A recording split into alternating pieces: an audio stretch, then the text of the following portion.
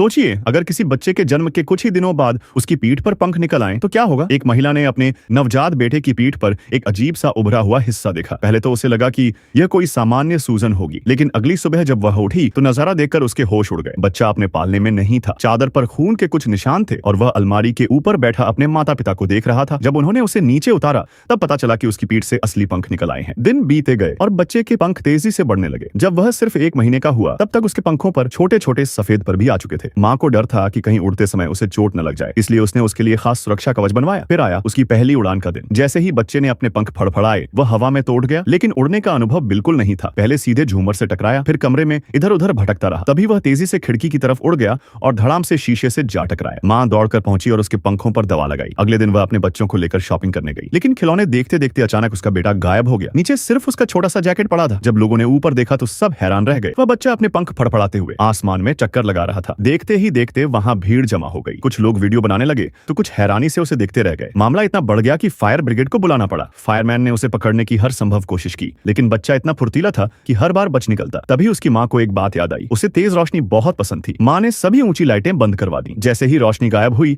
बच्चा धीरे धीरे नीचे आने लगा। बस फिर क्या था, फायरमैन ने सही मौका देखकर उसे सुरक्षित पकड़ लिया। इसके बाद डॉक्टरों ने उसकी पूरी जांच की। हैरानी की बात यह थी कि उसके शरीर में कोई बीमारी या कमजोरी नहीं थी। वह बिल्कुल स्वस्थ था। लेकिन अस्पताल से बाहर निकलते ही एक नई परेशानी उनका इंतजार कर रही थी। बाहर दर्जनों पत्रकार और कैमरे खड़े थे, क्योंकि अब यह उड़ने वाला बच्चा पूरी दुनिया की खबर बन चुका था।